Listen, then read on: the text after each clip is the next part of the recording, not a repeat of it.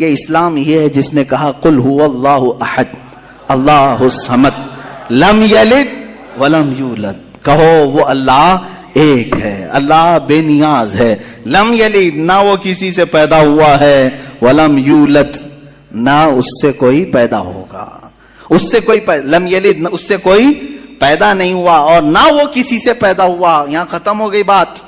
اب نہ میرے خدا کا کوئی باپ ہے، نہ بیٹا ہے، نہ بھائی ہے، نہ بہن ہے، کہیں یہ تصور آئے گا ہی نہیں۔ تم ہم سے یہ سوال نہیں کر سکتے کہ اللہ کے آبا و اجداد کہاں ہے، اولاد کہاں ہے۔ ہم نے خدا کو مانا ہی ایسے ہے کہ وہ جسم و جسمانیت سے بھی پاک ہے، رشتہ داری سے پاک ہے، کوئی نہ اس کا ہمتا ہے، ایک ہی سب کی سنتا ہے۔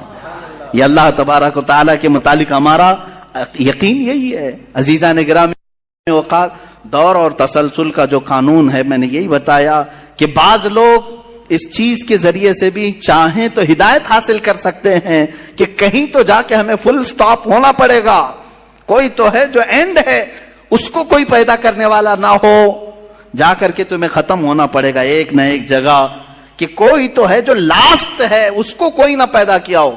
اگر اس کو بھی کوئی پیدا کیا ہے تو پھر یہ بھی بات ہے کہ اس کو بھی کوئی پیدا کیا ہوگا۔ تو ہمیں ایک ایسی ذات ماننی پڑے گی جس کو کوئی نہ پیدا کیا ہو، تبھی جا کر کے ہم یہ کہتے ہیں وہ جو ذات تم جا کر اینڈ ہوگے اسی کا نام اللہ رب العزت ہے، جس کو کسی نے پیدا نہیں کیا۔ یہ اسلام کا بہترین عقیدہ ہے۔ میرے عزیزو، توحید کسے کہتے ہیں؟ اب بات آتی ہے، وجود کی بات ہو گئی، اللہ ہے اتنا تو ماننا پڑے گا، اس کے لیے تو بہت ساری دلیلیں بچے بھی پکڑ کر کے بتا دیں گے۔ ایک خاتون، ہم نے بچپن میں پڑھا تھا، ایک بوڑھی عورت چرخہ سل رہی تھی، اس سے جا کر کسی نے پوچھا کہ اللہ ہے کہ نہیں ہے، تو اس نے کہا ہے۔ کیا دلیل ہے؟ کہا یہ میرا چرخہ جو سل رہا ہوں اسی یہی دلیل ہے اللہ کی۔ کہا کہ کیسے؟ کہا یہ چرخہ، اس سے کپڑے سلتی ہوں، جب تک میں چلاتی نہیں یہ سلتا نہیں، مشین سلتی نہیں ہے کپڑے، اسی سے میں نے یہ یقین کر لیا کہ میرا چرخہ میرے چلائے بغیر نہیں چلتا، تو نظام کائنات پورا بغیر چلائے کیسے چلے گا؟ کوئی تو ہے۔ یہ ہو گئی بات وجود کی، کوئی تو ہے۔ اب آتی ہے توحید کی بات، کوئی تو ہے، اب ہمیں یہ بتانا ہے ایک ہی ہے۔ کوئی تو ہے لیکن وہ جو ہے وہ ایک ہی ہے۔ یہاں پر بھی ہمیں اسلام نے جو فلسفہ دیا ہے، قانون دیا، وہ بہت ہی پیارا ہے۔ اس کی وجہ کیا ہے میرے عزیزو؟ چلو اب ہم توحید کی طرف آتے ہیں۔ توحید کہتے ہیں ایک ماننا، ایک ماننا۔ حقیقت میں دیکھا جائے تو دنیا کے اکثر مذاہب میں توحید کا شروع میں درس رہا۔ عیسائیت جو آئی ان میں بھی تھا، بعد میں یہ تثلیث کے قائل ہو گئے۔ یہودیوں میں بھی اللہ کو ہی مانتے، خدا کو ہی ماننا ہے۔ ہندوؤں میں بھی ایک کا ہونے کا تصور کتابوں میں ان کے موجود ہے۔ یہ اور بات ہے کہ انہوں نے ملا دیا، مسالے لگا دیے، الگ الگ ہو گئے۔ خالص جو اپنے دین پر باقی ہے الحمدللہ وہ اسلام ہے۔ آج بھی اللہ رب العزت ہے اور وہ ایک ہے، ایک ہے۔ اس پر کیا دلیل ہے؟ اس پر بھی دلیلیں دینی ہوں گی مسلمانوں۔ عقلی دلیلیں بھی ہیں، نقلی دلیلیں بھی ہیں۔ نقلی دلیلیں ہمارے لیے، نقلی کا مطلب ہوا کسی جگہ سے ثابت ہے، قرآن سے، حدیث سے یہ ثابت ہے تو یہ نقلی دلیل۔ عقلی جو عقل بھی جس کو تسلیم کرے، عقل جس کو ایکسپٹ کرے، وہ کیا ہے؟ اس بوڑھی عورت کا ہی میں بتا دوں جس نے چرخہ سلا، اور چرخے کو چلانے میں اس نے کہا کہ اللہ ہے، کوئی تو ہے، کیونکہ میری مشین بغیر چلائے نہیں چلتی۔ تو اس سے صاحب نے، جس نے سوال کیا، پوچھا کہ اچھا ہے تو کیا وہ ایک ہے کہ دو ہے؟ کہا نہیں ایک ہی ہے۔ کہا وہ کیسے؟ کہا دو ہو تو دیکھو تم سامنے بیٹھو، ادھر سے چلاؤ، میں ادھر سے چلاتی ہوں، پھر کپڑے کی کیا درگت بنتی ہے؟ تم اپنی طرف کپڑا کھینچ رہے ہوں گے، میں اپنی طرف کپڑا کھینچ رہی ہوں گی۔ اس سے میں نے یہ یقین کر لیا میرے کپڑے کو سلنے کے لیے میرے چرخے پر ایک ہی کا ہونا ضروری ہے۔ دو بیٹھیں گے تو کپڑا پھر پائجامے کی بجائے کرتا ہو سکتا ہے، کرتے کی بجائے ہو سکتی ہے، کچھ بھی ہو سکتا ہے، کچھ بھی سل جاتا ہے۔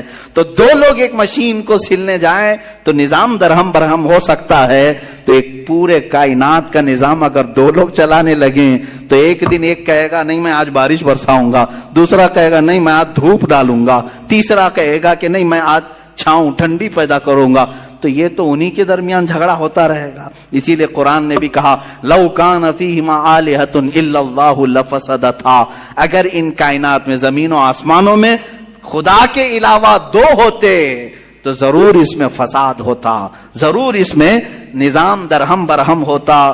میرے عزیزوں, یہاں دیکھ رہے ہیں ہم بہت سارے نظاموں کو, کمیٹی کا مسئلہ ہے, مسجد کا مسئلہ ہے, بہت سارے چیزیں دیکھیں. صدر صاحب کچھ اور کرنا چاہتے ہیں, نائب صدر صاحب کچھ اور کرنا چاہتے ہیں, سیکریٹری کچھ اور کرنا چاہتے ہیں, حکومت میں جائیں پرائم منسٹر ہے, لیکن نظام ایک ملک کا چلا رہے ہیں, ایک ملک کا چلا رہے ہیں. فساد اسی لیے ہو رہا ہے, فساد اسی لیے ہوتا ہے, اور ان کو پتہ بھی نہیں رہتا. وہ بھاشن میں کچھ اور بول کے آئے, یہ پارلیمنٹ میں کچھ اور بول کے آیا.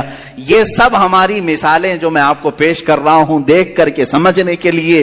ایک سے زیادہ جب ہوتے ہیں تو عقلوں کا ملنا ضروری نہیں, ہر ایک کی عقل الگ الگ چل سکتی ہے. اب آئیے, کوئی کہہ سکتا ہے نہیں بھائی اتحاد سے بھی تو کام ہو سکتا ہے, یونٹی سے بھی تو کام ہوتا ہے, کچھ جگہ ہوتا ہے نا. کوئی اگر کہے کہ خدا ایک نہیں دو ہیں اور دونوں مل کے کام کرتے ہیں, دونوں مل کے کام کرتے ہیں, تو اب میں آپ کو کہتا ہوں, ایک نمبر والا خدا وہ کہتا ہے آج بارش برساؤں گا. 2 نمبر والا اگر اتحاد کرتا ہے اور کہتا ہے کہ نہیں ہاں تو جو کرے گا وہی میں کرتا ہوں, تو یہاں پر قانون یہ تفسیر میں فرمائے گا, دوسرا والا تو عاجز ہو گیا, وہ مختار نہیں ہے پھر فیصلہ لینے میں. اور عاجز جو ہوتا ہے وہ خدا نہیں ہوتا, خدا وہی ہوتا ہے جو مالک و مختار ہے, جو خود فیصلے لے گا اور اس میں کسی کو شریک نہیں کرے گا. تو اگر دوسرا والا مان گیا اس کی تو وہ خدا عاجز ہو گیا, اس کی اپنی نہیں چلی. دوسرے دن دوسرا چلایا اور پہلے والا راضی ہو گیا تو پہلا عاجز ہو گیا. تو خدا عاجز نہیں ہو سکتا, یہ ہمارا عقیدہ ہے. خدا وہی ہے جو قادر مطلق ہے, قادر مطلق, ہر چیز پر وہ خود فیصلے لیتا ہے, خود ہی اختیار رکھتا ہے. الحمدللہ اسلام کو اتنا پاک و صاف رکھا گیا ہے. خدا کا جو عقیدہ ہے ہمارے ہاں, عقیدہ توحید ہے, وہ انسان کے ذہن کو بھی پاک و صاف کرتا ہے, انسان کا ذہن بھی پاک و صاف رہتا ہے. اگر عقیدہ توحید تمہارا ہٹ گیا, میرے عزیزو توجہ چاہتا ہوں, توحید عقیدہ سمجھ گئے, اللہ کو ایک ماننے کا عقیدہ اگر ہٹ گیا تو پھر انسان اتنا ذلیل ہوتا ہے کہ پھر